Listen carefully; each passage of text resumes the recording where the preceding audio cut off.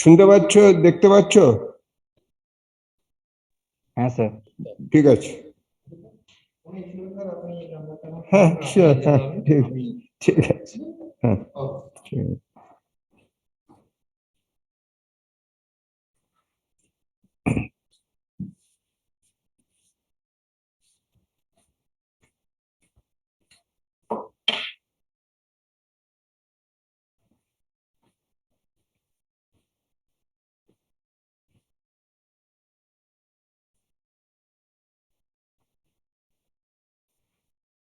Right.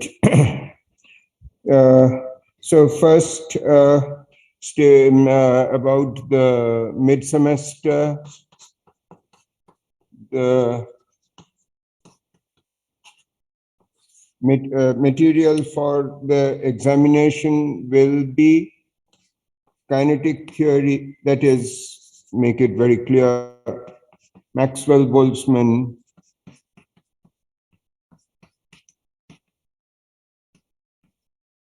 distribution,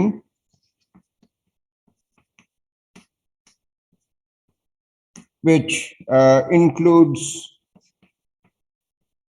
gravitational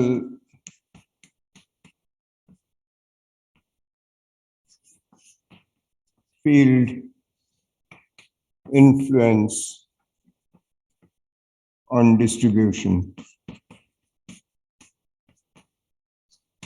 So that is one, and second is first law.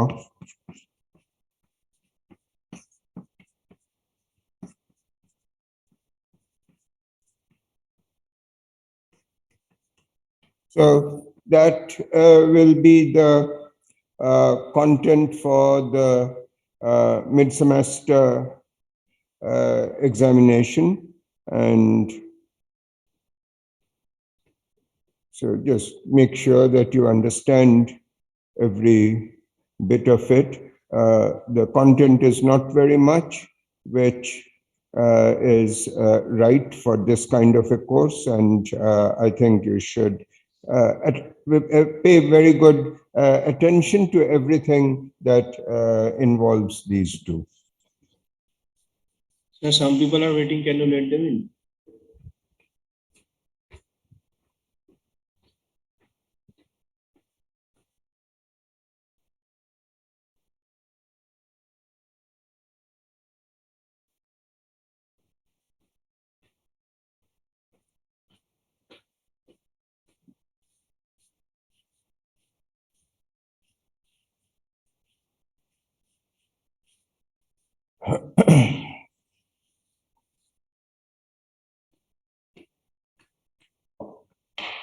So, back to where we were, which is the fact that we were talking about the work done, which is dW, infinitesimal amount of work done when a gas, for whatever reason, primarily being heated, pushes out against a cylinder, a movable piston. So there is a movable piston, you heat the system from below, the gas pushes out the piston, which means it does work, because that is the amount of work that pressure force can do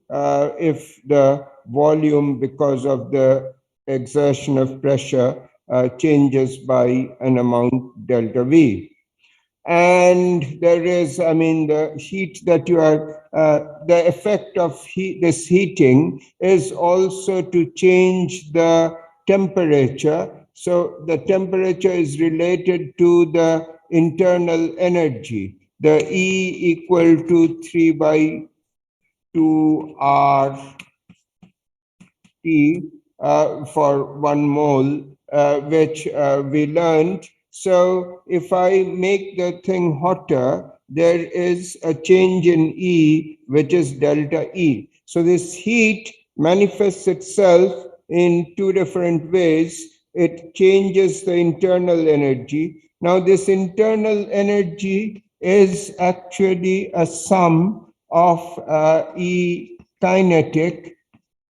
So there is the kinetic energy of these molecules moving around. So that is the part which for a monatomic molecule is 3 by 2 RT, diatomic is 5 by 2, and so on and so forth.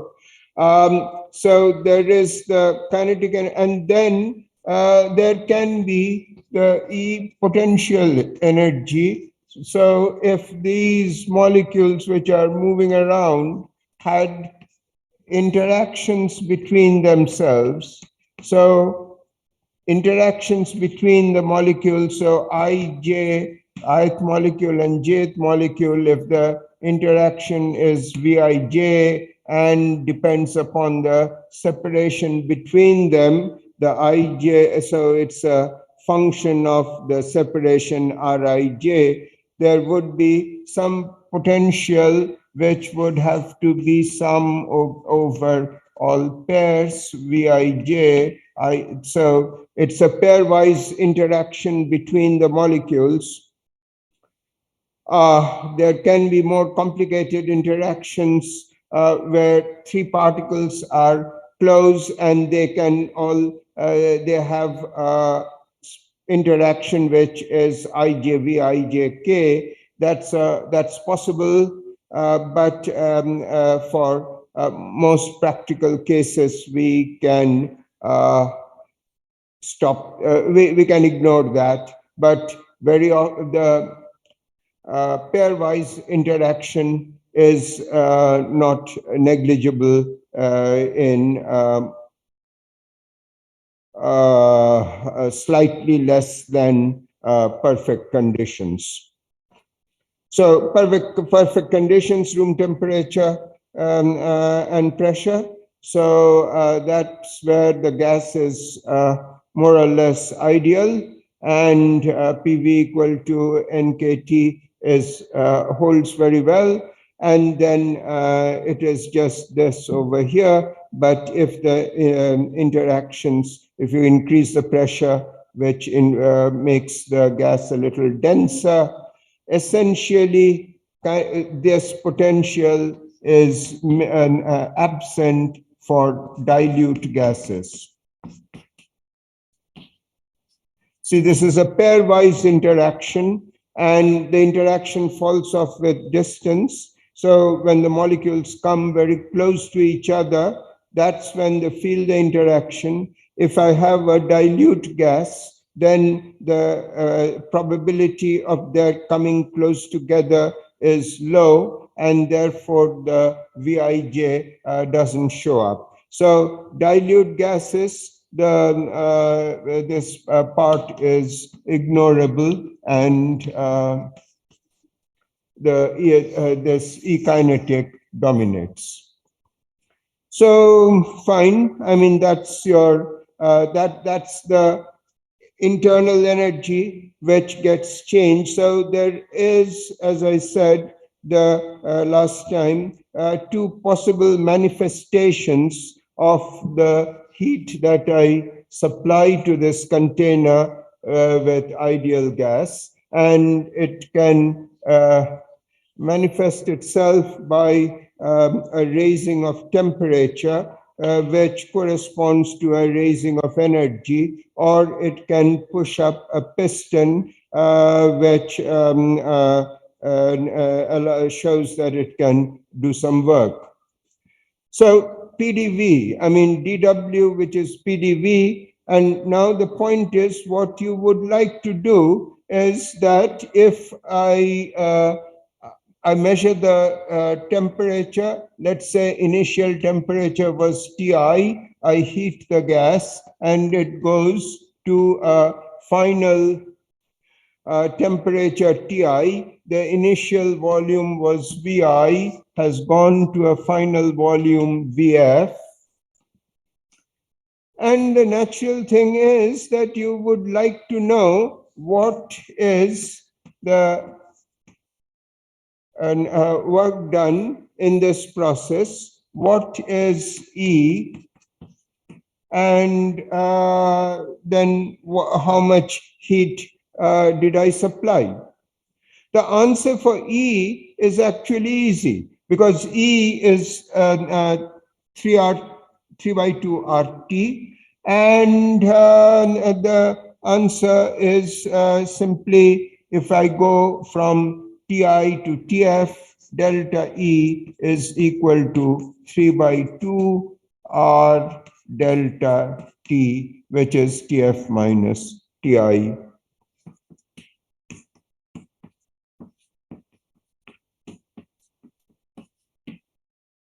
It doesn't, I could do it because it does not depend. I mean, I can just take delta T or dt and integrate it from the lower temperature to the upper temperature. The what it has over here, that what the dt has with it is a constant factor, and so dE has all the properties of dt. Dt is just a differential that you have defined, and you can integrate it. But dW is different. dW is PdV, and P is a function of V and T.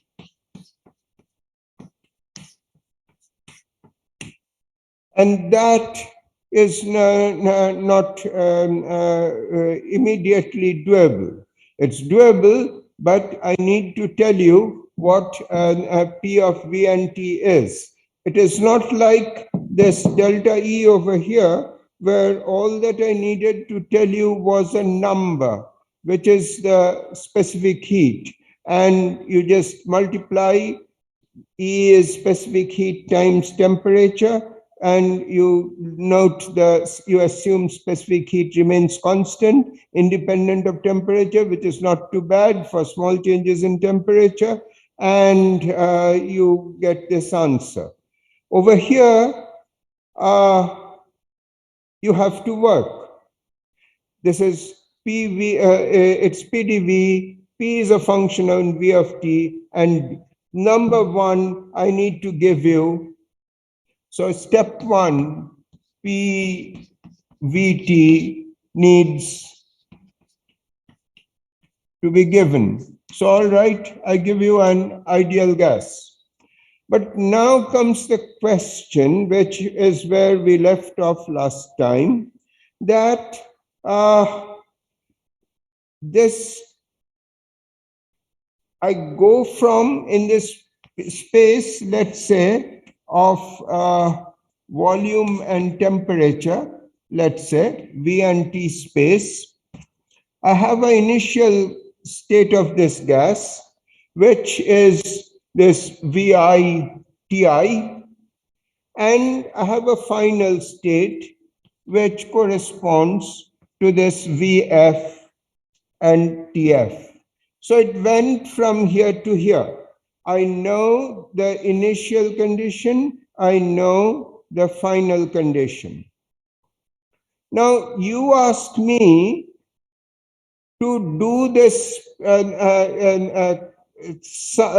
integral. Just knowing this, I need to know the pressure at every point through which it went. And who knows what it is. So in principle, I really can't carry out this integration. So you need to tell me, if I want to do this integration, you have to tell me what P of V and T is. But what is P and V and T? Well, you can say that we have, if you give me an ideal gas, then I know that PV is equal to, for 1 mole, PV is equal to RT. But the rejoinder would be, but who told you that's a equilibrium answer? We got this PV equal to RT, saying that all the things we did with this kinetic theory, which was based on this distribution, you got an PV equal to 2/3 C, and then this equal to that, and therefore PV equal to N. All the calculations showed very clearly that nothing depends on time. So there is everything is static. So it is PV equal to NKT is based on a distribution which is equilibrium distribution and does not change with time. But here is something which is obviously a phenomenon which is changing with time. Initially, the volume was V1, T1, the temperature T1. I've changed it to volume V2 and temperature T2. That changes have happened. And I want to calculate the work, and I simply can't unless I make an assumption.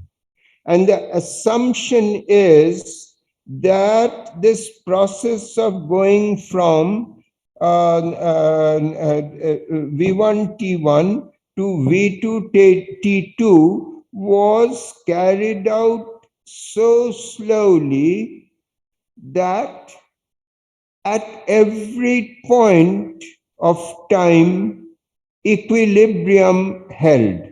That is, I move from here to here to here to here. At every local point, whichever the relation PV equal to RT holds at every point of the process, every step.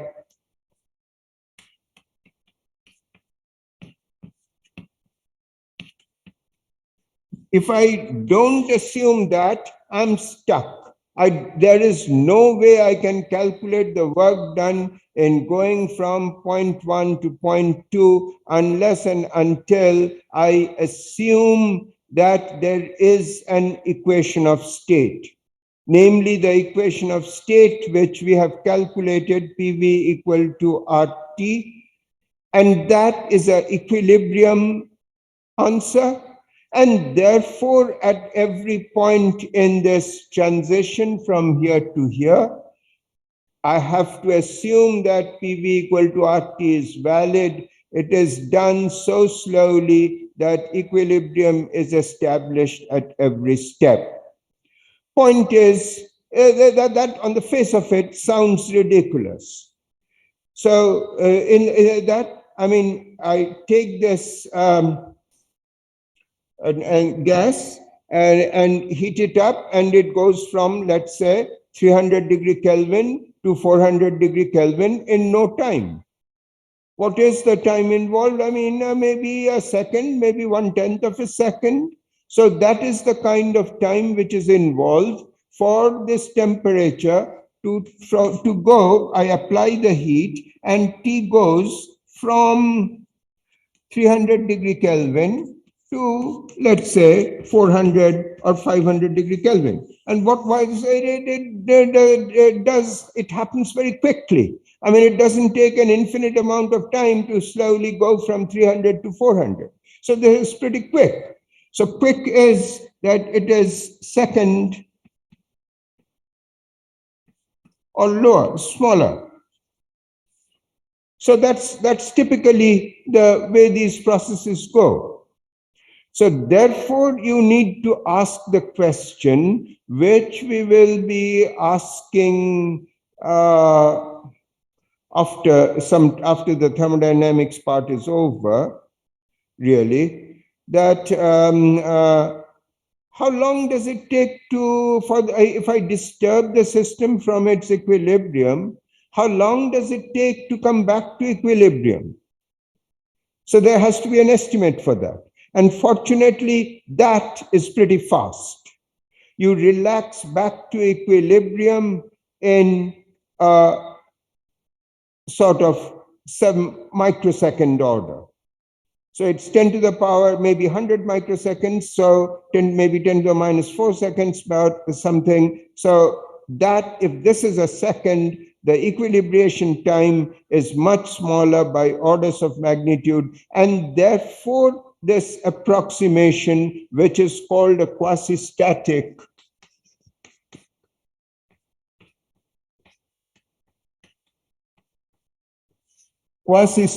approximation, is not ridiculous.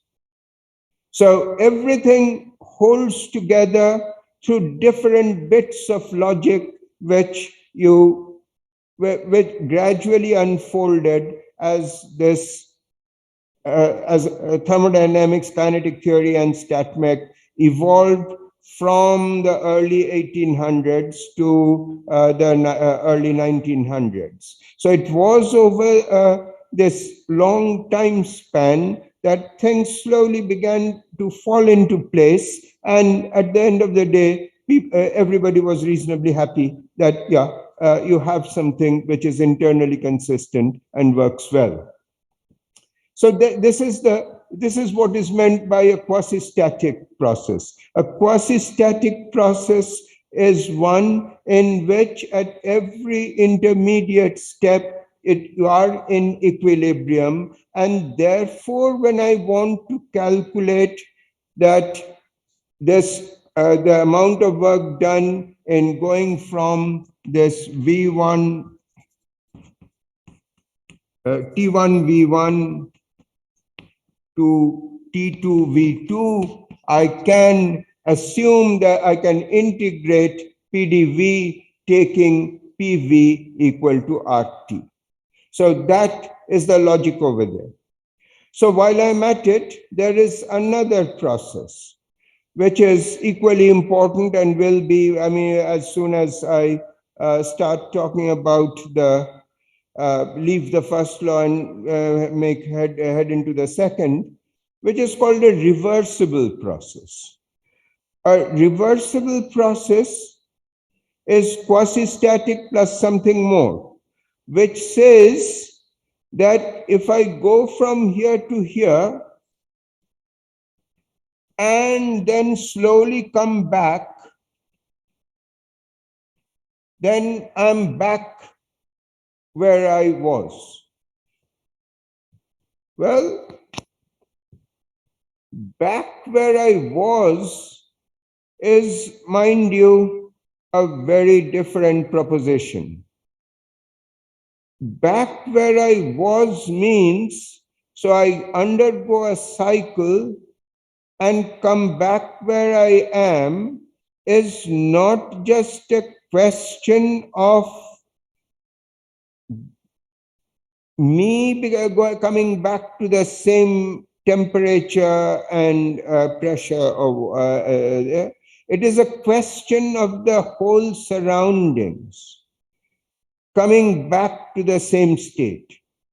So you were in equilibrium before, and you are going to be in equilibrium after, and you have come back to the same state, means all your surrounding has come back to the same state. And therefore, this is a far more difficult situation. Being quasi-static is not, quasi-static means that you simply evolve to a new state, to a different state very slowly, such that all the equilibrium relationships are valid. Reversible, you are back to your initial condition, having gone through things very slowly, but it's not you alone. It is the rest of the universe which has also come back to the same point. So that is where the difference between a reversible process and a quasi-static process lies, that what was valid for just the system for the quasi-static process, now for the reversible system has to be valid for the system as well as the surroundings. So reversible system coming back to where it was also implies that its surrounding has come back to where it was. Otherwise, it would not be able to be where it is in equilibrium. So the reversible involves the system as well as its surroundings, and therefore is a far more constraining event than a quasi-static process where you simply want the system to evolve slowly enough so that the equation of state is valid at every point. So that's clearing up. These are the usual trick situations as you will encounter later as you appear for exams and so on. That is the competitive ones, where you need to know, differentiate between quasi-static and reversible and things like that. So these are the fine points. Everything manipulation-wise is trivial in this first law, but there are concepts which need to be absolutely clear. So this quasi-static and is one. All right, now back where we were. I want to go from T1 V1. I'm using an ideal gas, and I have an initial state which is T1 V1 and a final state which is T2 V2. All right, go how? As it is, if I want to do this calculation, you have to tell me how I did go from initial to final. So, all right, let's say you tell me that I take one possibility.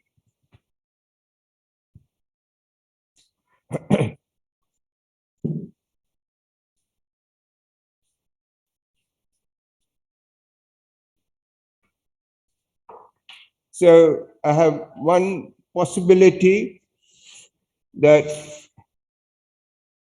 here is T and V, here is my V1 T1, and here is my V2 T2, and I go at isothermally up to here, and then isocore, take a isocore and go over here. So I go like this and go like this. That's something which allows me to calculate trivially, and therefore I'm happy with that. So I go from here to here.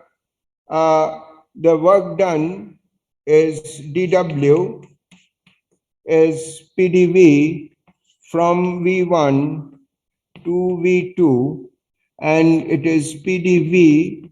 The equation of state is known, so I can now use the equation of state along this line. This is equal to RT1 divided by V. So it is V1 to V2 dV by V, which is equal to RT1 log of V2 by V1.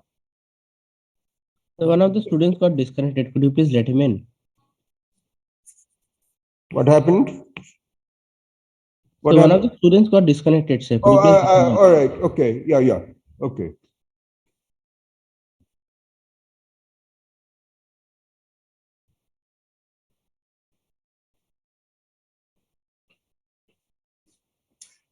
So, so the W is go along this path where I have a expand this V increases. So there is this expansion over here, and then there is this at constant volume, and it is under the temperature is changing, but the volume is being kept constant. So W, which is this, is along this path over here. It is going to be RT1 log V2 by V1. And then over here, it is a constant volume. So V dV is equal to 0, and therefore that is just the work done on the path, which is, so this is equal to W12 over path 1, which is the path. So this is path 1 over here, and then other path that I want to take is go along this. So you go along this, there is a change in temperature, but the volume remains fixed at V1. And then you go over here. So that's 2 and 2. So you go over here, but now when you go, this is no work done over here. Work is done over here, but now the answer is going to be RT2 log of V2 by V1. So that is equal to W12 path 2. So there we are. I mean, that means that your W, which is the work done, depends on path. That's the standard demonstration. And dW, therefore, is not a perfect differential. So dW is not a perfect differential. So fine, I mean, that's something that can't be helped. So that's the physical definition of work, and too bad that it did not give me, it's not a perfect differential. dW is PdV, and that's the way it functions. So you will, every time you need to know the work, you will have to calculate, you have to be told what the path is, and then you can go ahead and do it. All right. Now, the point is, what we said was this question of first law is a conservation law.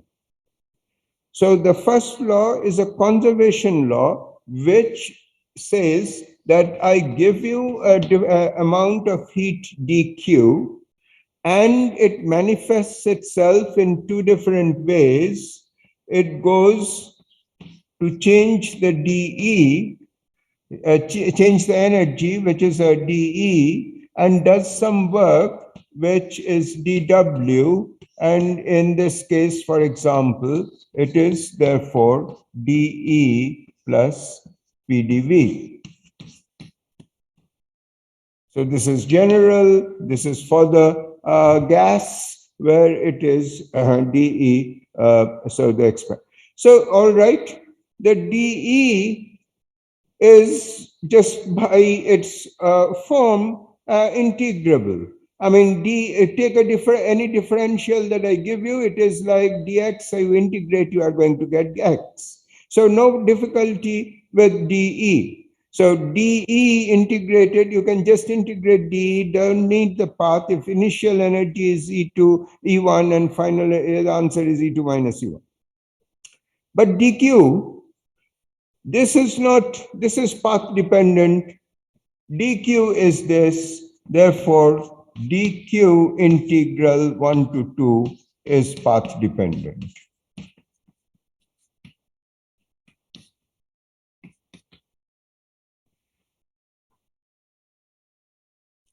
And now I have introduced, I mean, work was something you are familiar with. I mean, everybody learns that work is force times displacement. So you write it as FDL, which is in this case PDV. And all right, that is the amount, that is the infinitesimal work done, and you have to integrate to get the total work done. What is new over here is that being shown that in this particular case, the work done, the situations that we are considering, the work done depends upon the path. But now this heat, amount of heat, you could not, there was no quantification for it. So the heat is being, I mean, all you know is that if I heat a substance, then its energy changes and it can do some work. Conservation law requires this.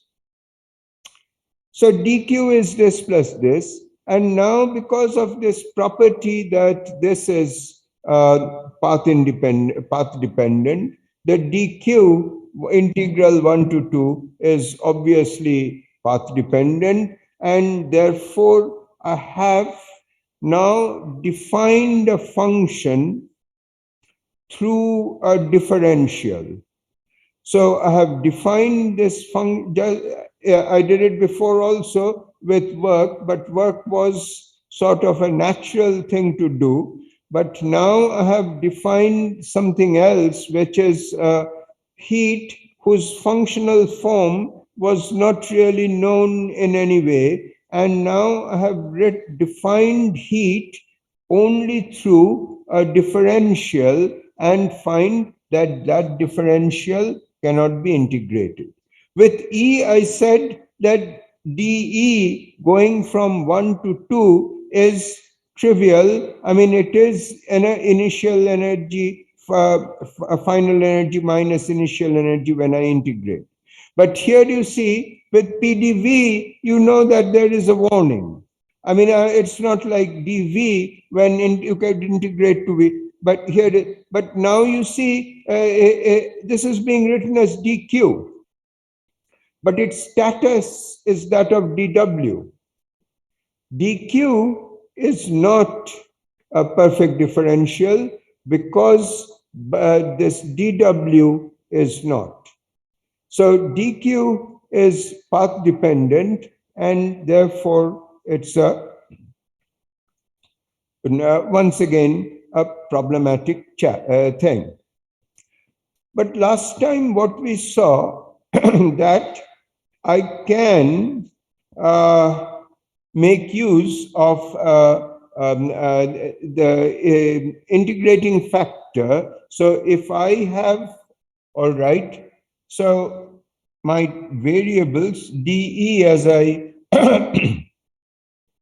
said, what is E in terms of temperature? E in terms of temperature, so this is ideal gas. Once again, if I go to ideal gas, then dE is some specific heat, which is can be 3/2R or 5/2R for 1 mole. So something, some constant, let's call it some C times dt, which is the specific heat really. So dE is simply a constant C times dt, so that this quantity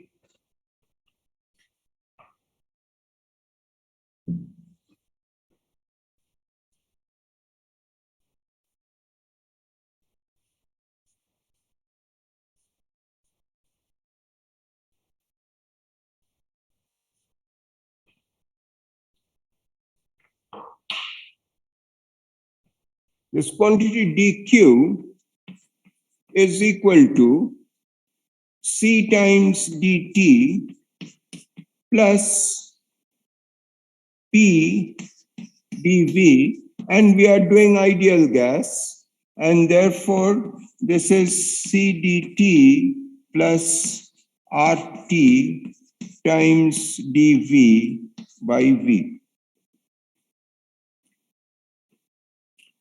What we did last time, we said that there is, I mean, if it is a function dz which is a function of x1 and 2, and I have x1, x2, dx1, or some g1, which is a function of, let's say, x and whatever, x and y plus g2 of x and y and dy. If I had this, I could find e minus f, integrate, which is an integrating factor, that e minus f, multiply both sides by this, and this can define a particular, let's say, ds. So I can define this as some ds over here, and which is obtained by e to the power minus f g1x is del s del x, and e to the power minus f g2x is del s del y. And what and s was a function of x and y, which was the solution, I mean, which you were looking for. That is, you took a differential equation dy dx, you took a differential equation dy dx, which is equal to minus, and it was a g1 by g2, and you looked for a solution of this differential equation, which was this s of xy, and on that s of xy, which is the solution to this differential equation, that gave you this, defined for you the integrating factor by this relation over here. So here is your, so at the end of the day, when I multiply by e to the power minus f dz, then this quantity over here has become del s del x dx, plus this has become del s del y dy, and you have have what you wanted, because this quantity, this is defined as del s del x, and this quantity, the e to the power this and this, that is your del s del y. So that gives you the function x and the function s, rather the function e to the power minus f is obtained from that, and then you have, so that's the, so you look at this. You look at this over here, and so it is a question of multiplying dq by something which is a function of t and v, and then that d e to the power minus, so you have to multiply by something, and when you multiply that by this, in what in this notation is that you multiply by a certain e to the power minus f, and all through over here, and this has become a perfect differential, and you also want e to the power minus f del t, this to become del s del x into del s del t into dt, and this is supposed to become del s del v into dv, and that's the form you want. Now, what is e to the power minus f? And you simply have to look at the second line over here. So this is e to the power minus f. You could calculate formally, but over here, life is trivial, because you look at this e to the power minus f, and what you don't like is this, had this t been gone from here, your life would be perfect. So if I say the way I get rid of the t from here is to say that e minus ft is equal to some constant alpha. If that, so that gets rid of this nasty stuff which prevents integration, and I simply have and then it is a question of what happens over here. Well, nothing happens over here, because what happens is e to the power minus f is alpha over t, and therefore this becomes alpha times c, both of them constants, dt over t plus this is rt, this is alpha times r and dv over v. So perfectly, and there you are, this ds, this side, which if you call it ds, has become integrable. It is s, where answer is s is equal to c log, integrate and write s is equal to c log t plus r log v. There is a s over alpha, let's say, and there is a alpha over here. So it is c log v and plus some constant s naught. So you can integrate it out, and you get this formal, you get this answer that s is, when you define this quantity ds as the integral, as the, you take an integrating factor. What things didn't look good over here, you could not make the integral path independent, but divide out by t and you get this ds over here. That is part. And what is this s? This s is addition for all for the ideal gas. It is c log t plus r log v plus some constant independent of v and t. In the subsequent thing, what you will see, that kinetic theory will tell you that, kinetic theory will, going to StatMech from kinetic theory would tell you that this is the entropy. Going from the thermodynamic point of view, making this a perfect differential by arguments which are completely different, you would find that dq over t is a perfect differential. So whether I go, what we will be doing in this class is essentially showing, when we do the thermodynamics part, dq over t is a perfect differential. Well, dq is not, but dq over t is. And maybe towards at the very end of the class, you will see that what we got over here is what this entropy defined as dq over t is for the ideal gas. So that is actually the entropy for the ideal gas, which will come to the towards end at the very end of the book from a very different kind of argument. But this is something which over here you simply playing around with. I mean, given this dq over here, I want to make life easy for me by finding a perfect differential. That's how I come up with this function, which is dq over t, makes it a perfect differential. dq over t defines this ds over here. The s has connotations because the s would, in a few days, you'll find become,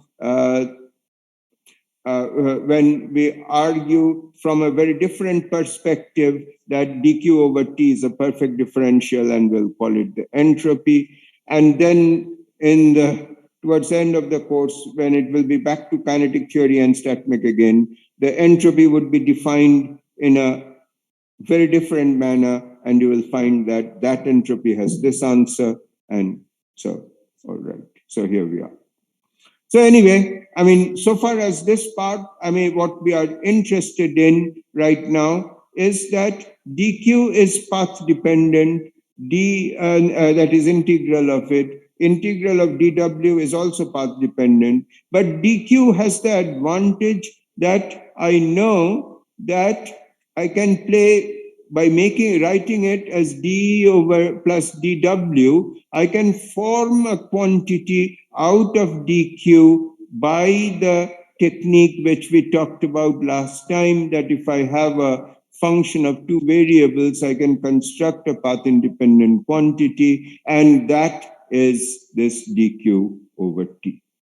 So dq is, out of dq, we can get this path-independent quantity. So mind you that dq by t is dE over t plus dw. It does not, the 1 over t does not make this a perfect differential, because dE was a perfect differential divided by t, it is now lost. So if dq is dE over t and plus dw over t, if you write it at dx and dy, the both dx and dy would neither of them would be perfect differentials, but when you add them, you have a perfect differential.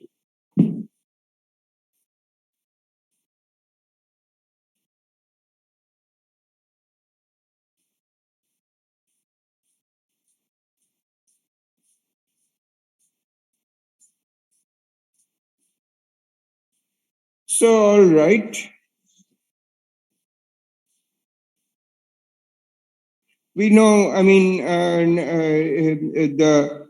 what to do, that if I have this dq is dE plus PDV. So far as the first law, there is nothing else that I can do with the first law as such. It is just this quantity, and all that it is good for is calculating, provide a path, provide. So what can the first law do for you? Provide a path, a system and a transformation path.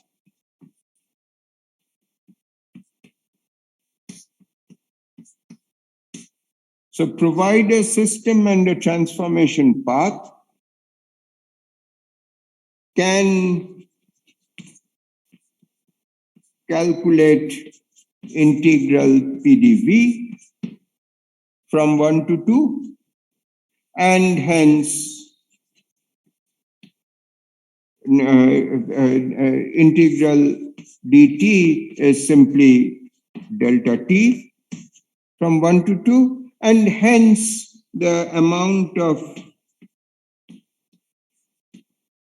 heat required to do this is known. So it's the conservation aspect of it. The first law simply says that I go from an initial state I to a final state F, and the amount of heat it would be requiring is given by the integral of this. So how you will go from I to F? You will need to specify. I need to know how I go, so that I can calculate this quantity over here, and from the initial and final states I can get this quantity over integral of this, and the amount of heat that is required for this particular process is known through this quantity over here. So integral, that's valid. But this is doable. It is delta E, but this is 1 to 2 PD. So that is what the first law can do for you. So it has to be very clear in your mind that so far as the first law is concerned, the statement is simply that of conservation of energy. And the fact that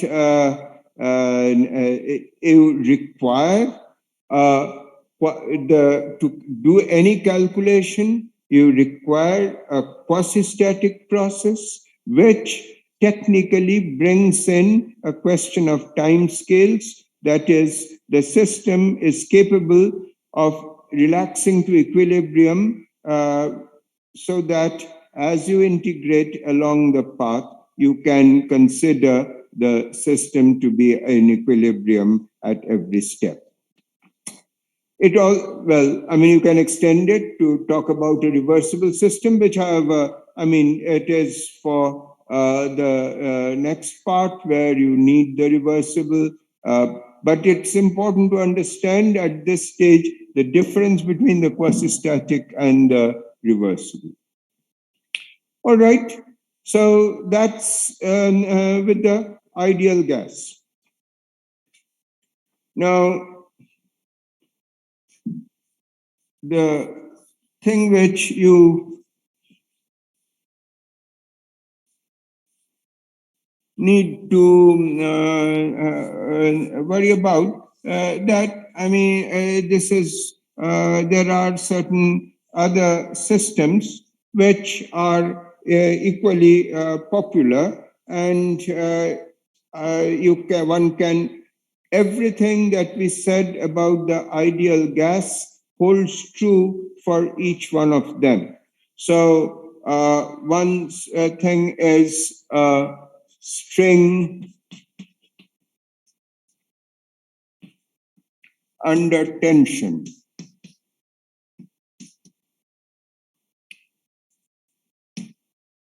So if it is a string under tension, the thing which one, every time the thing which changes is the dw part of things. So it's always dq equal to dE plus dW.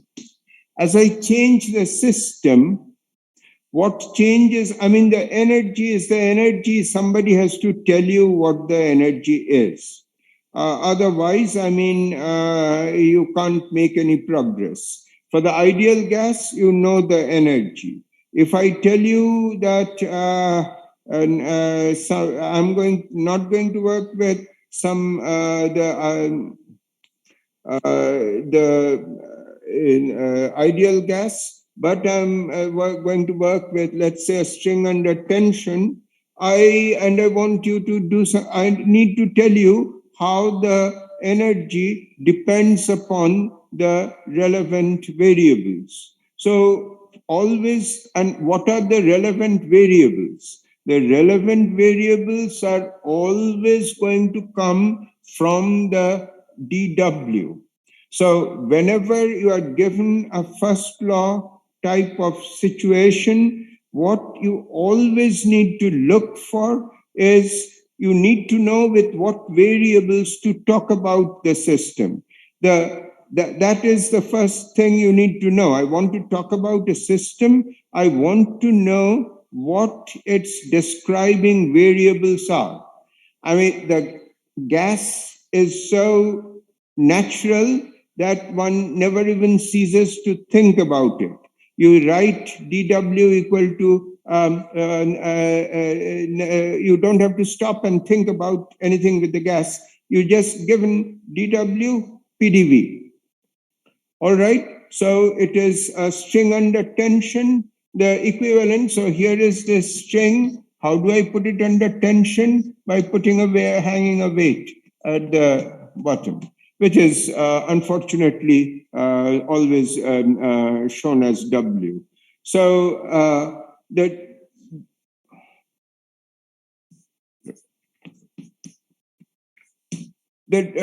so let's write mg. And what is dw?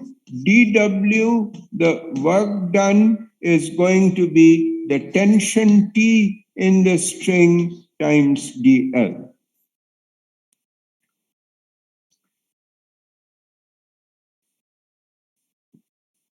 So the two things again over here which one has to be careful is the sign. The system, what we have essentially by writing dW equal to PdV in the context of the gas, it is the gas which is pushing it out, and it is gas does work. So gas does work, and that is my dW equal to, so it is the pressure is the gases, the own internal business, and that is what is doing the work, and dW. So dW, the way we have defined it, is the system doing the work. So dW, system that is doing work. That means dW is positive and the system does work. The over here, once again, it is TDL. The length will, if you heat it, there will be a change in length, and this thing will be pulled down, and you would have a positive TDL, and dW is TDL. That is the work done by the string. If I supply heat to it, it will do some work, and in the process of pushing down this weight over here. So it is going to be TDL, which is this, and the so far as the DE part of it goes, you would I would have to tell you how the I need to tell you exactly what I have in mind, need to supply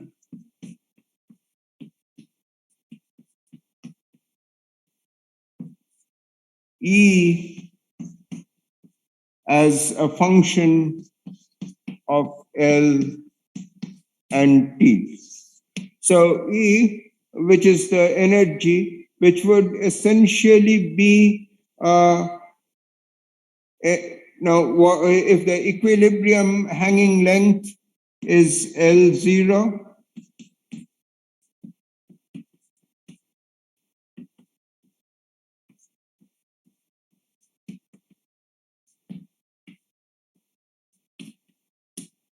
then if it is pulled down and the energy it goes to pull down and the length is L, this is going to be like a elastic potential energy, and therefore the E that we are talking about would have to be proportional to L minus L0 square. So it's like the potential energy of a spring, which is half spring constant into extension square. That is the analog which is going to going into action over here. The energy that we talk about is going to be now this is important because now it is no longer in the case of the ideal gas when we talked about the it was PDV and the energy when we talked about it was the energy of the internal molecule of the molecule setting up the internal kinetic energy of the molecules which were constituting the gas. And over here, life is very different. It is an extension. The zero energy state is where things are in equilibrium. So here is the string hanging under gravity, or rod hanging under with a mass or a weight at the end, a light massless rod. So hanging under gravity with this weight under weight mg, and this is the equilibrium, and you disturb the equilibrium slightly, there is going to be, that would require a certain amount of energy. That energy is proportional to the square of the extension. So the internal energy that this system has to be a function of L and L0. So it may, in general, it will be a function of L and the undisturbed length L0, and should be designed to be such that E is equal to 0. The zero energy situation is for L equal to L0. So if you want to have a more complicated model, then just say that it is E proportional to L minus L0 whole square. You can have a function of L and L0, but with the provision that for L equal to L0, the energy is zero, and thereafter it is non-zero according to whatever function you like. So the work done, I mean, as I said, is going to be E times dl. That's the TDL, which is the tension in the string times dl, the tension every point, every time it is in equilibrium. As you change the length of this string because of this mass being pushed down, there is a question of this mg has to balance the extension. It is going to the tension in the string, which is it is mg at the equilibrium situation, and then the tension changes as you are, but at every point the equilibrium tension has to be the extension. It is the Hooke's law force which has to balance out this mg over here. So that's what one needs to keep in mind, that when I'm using this, at every instant as this gets stretched, if you supply a certain amount of heat and this gets stretched, because the heat pushes, I mean, gives it some energy, and it is which stretches the string over here, then the dW, which you calculate, which is TDL, would always have to be at every instant, the force is balanced, therefore it is mg, and equilibrium, and therefore it is mg times the work done would be mg times the extension. So that's the string under tension. And as for the DE part, I mean, so there you are. I mean, as I said, this has to be given whatever in some function form or other as some FL of L0, the dW is TDL, and the tension at every point, it is quasi-static, so it would have to be done through the mass.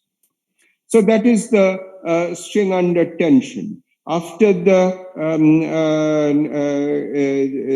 this ideal gas, the next popular system is probably mechanical system, is the string under tension.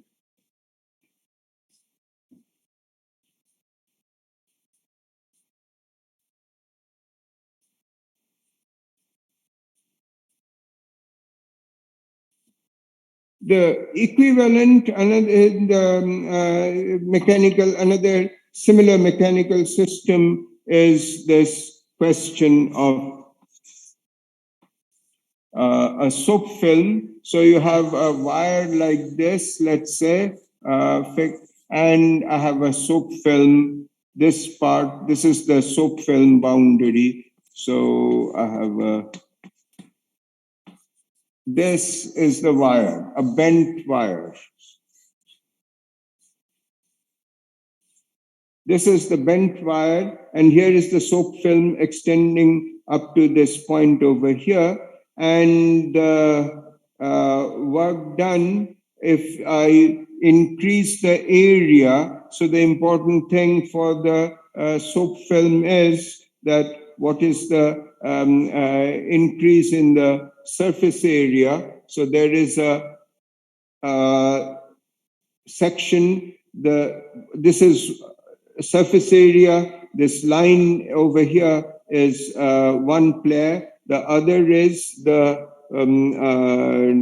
extension on the other side. And so you would have this question of this, or I mean, if it's the surface area is simply in the two-dimensional case, there is a thin wire. It is just the surface area of the soap film is this quantity over here. So surface tension is going to be for this thin two-dimensional system, there is going to be determined by the this so-called surface tension, which is the force required to keep the soap film in equilibrium in a situation of this kind. So there is the external pressure which the film experiences because of the bombarding molecules from the surroundings, and it holds its own because of the surface tension, which is S. So if it is possible, the work done, which would be if there are any changes in the surface area, there would have to be some work done, and that would be dW would be S. So if this soap film pushes out or is dragged in, it would be there would be this question of dW, which is equal to S times dA, which is an analog of the very similar to the string under tension. A very different situation, which is different because there can be ambiguity over here, is if I have a magnet in an external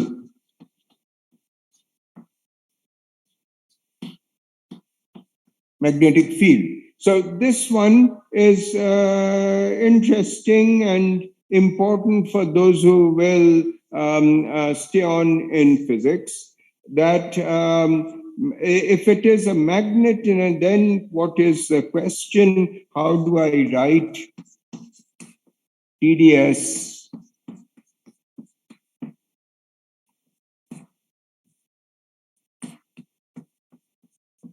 So what is dW for a magnet in an external field?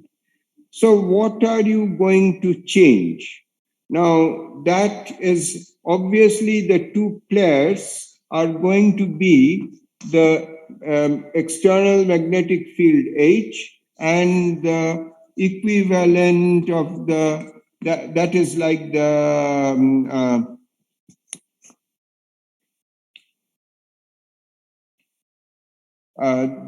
tension in the string or the pressure of the gas. So magnetization. So that's like essentially your volume. So the analog of the pressure, the analog is of the pressure is this over here. The analog of the magnetization should be the volume, in the sense that volume is an extensive variable.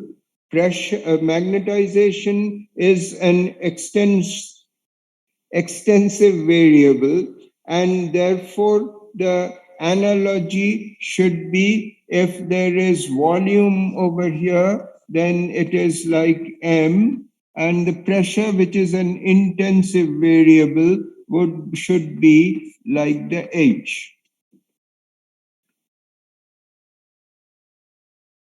It is more useful, however, that is the analogy which one actually followed for the string under tension, that V was the dl, was the length L inside, and the pressure was the tension. Over here also, it is the area and the, but in this case over here, and that is why this deserves special attention, it is easier. What do I change easily? The change which occurs easily over here, which you can see, is the change in the area. In the gas, it's the change in the volume. In the magnetization, it is the change which you can engineer easily, and that engineer is the magnetic field which you can fiddle around with. So it is easier in this case to write the dW as equal to minus the magnetization times dH. The minus sign is convention. The alignment is M along H is the lowest energy state, and make it negative, so that is lower. The other is positive. So, the sign comes from the fact that you want the aligned magnetization and H to have a lower energy. So that's why the sign. So that's the sign, which is again something to note. And then it is easier to write minus MDH.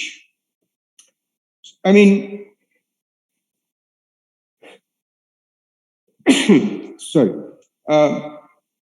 It is minus MDE, easier, meaning that H is the thing. If I write a DH, it means it's something which I can easily control. I can tune it up or tune it down. So it is H which you can control. That is the field that you are applying, and the magnetization is a response to the field you are applying. So the dW is minus MDH. If you look at some of the older texts, they go along with the analogy with intensive and extensive, and there you would find it is minus HDM. We will follow minus MDH because it when we start talking about free energy and things like that, it's a much more natural form to use. So, all right, so be careful about this. Also, when you are reading a text, and if you are going to use this, if you want to use HDM, I have no objection so long as you can get correct answers. I'm just warning you that my preference is that minus MDH, because DH is something which is easier to visualize. It's an external magnetic field which I'm explaining. So, So I have a question for the similar case in the gases. We can also change the pressure. Pressure can also be the control parameter. We can also change the pressures, means we calculate the work done as PdP. We can also calculate it by VdP. Yes, sure. Yeah. You can do it as VdP. But why is it naturally not done? Because for gases, suppose I were a good question there, in the sense that something, if I were to talk about solids and talk about changing doing some thermodynamic changes on it, I would imagine that applying a pressure would be the right thing to do, and I would use use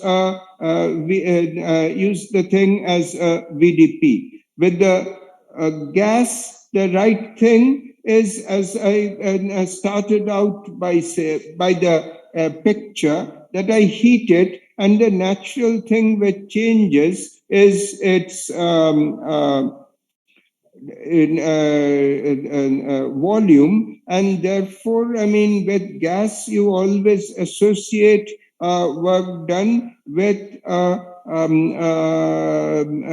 PDV. So that's historically true. Yeah, sure. I mean, if I were to talk about solids, and in most cases, I would talk about, I mean, a solid under pressure. That is the system which people often talk about, and then the work done is VDP. Sure, yeah, absolutely. So it's just convention and a useful one, works very well. I mean, visualizing a change in volume, I mean, that you have to agree that visualizing in change in volume is easier than a change in pressure, and therefore writing PDV is good. I mean, taking DW, defining DW, it also comes through the physical argument that it's a force times work is force times displacement. So that naturally has a connection with PDV. But with all these things, it is always true that I can go the other way, and then I have what is left is a perfect differential, which I can just take to the other side, and yeah. So it is on my over here. Look, I mean, I did it by the convenience, practical convenience, that I change. Easy to talk about a changing magnetic field than a changing magnetization. Over there, it is easy to talk about a changing volume than the change in pressure. So yeah, that's really the. I think, I mean, if you I don't know, certainly the older version of Zimansky certainly had it the other way around. That is, it was HDM, but that was ages ago. Maybe the new version has it changed, I don't know. But the point is that most people today would prefer minus MDH. There is reason for it. I mean, why MDH minus MDH is good? It has to do with what we will define as the free energy a few classes down the line, and you will find that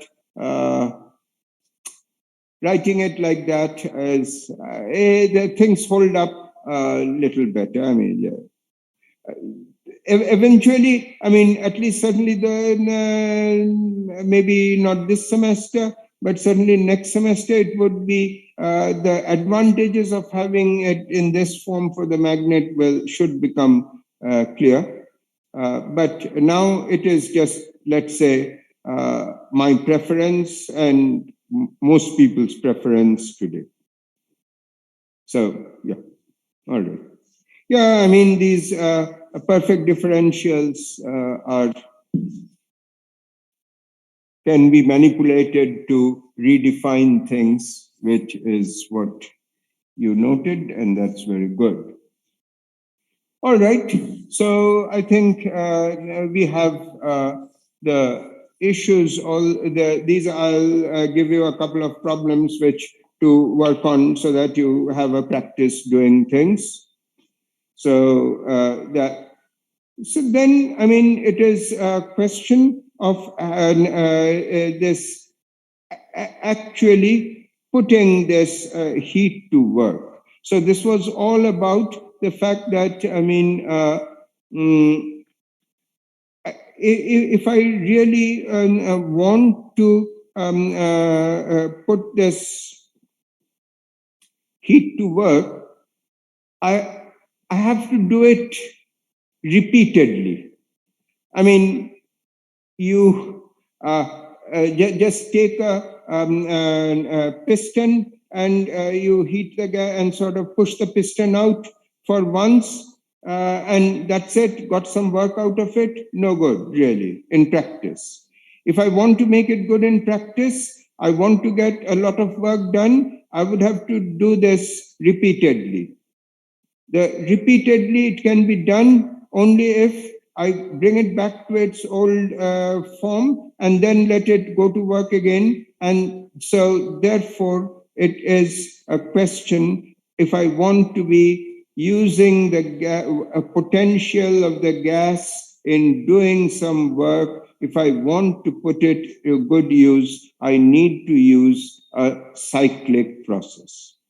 So cyclic processes, if I want to make the thermodynamics, the little bit that we have done till now, useful in real life, then the situation that I need to consider is a cyclic process, which is what was done by Carnot way before the 30 years before the concept of, and the Carnot work obviously was, I mean, who would care? People, it's also written, I mean, in very strange language, let's say, not quite the standard physics or maths.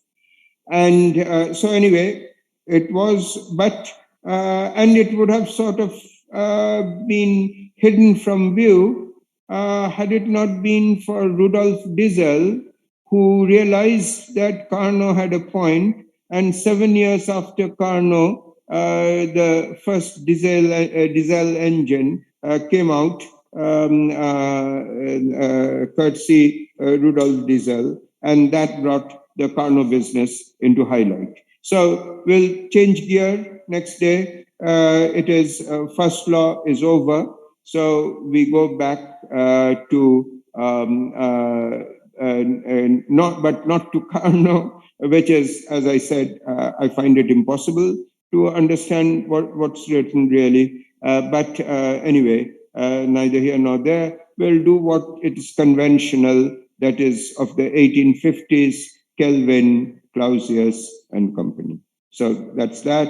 I'll send you a practice problem. I've told you what was important for the exam, and I'll give you practice problems for the first law, and so on. So we'll start with the second law from the next class.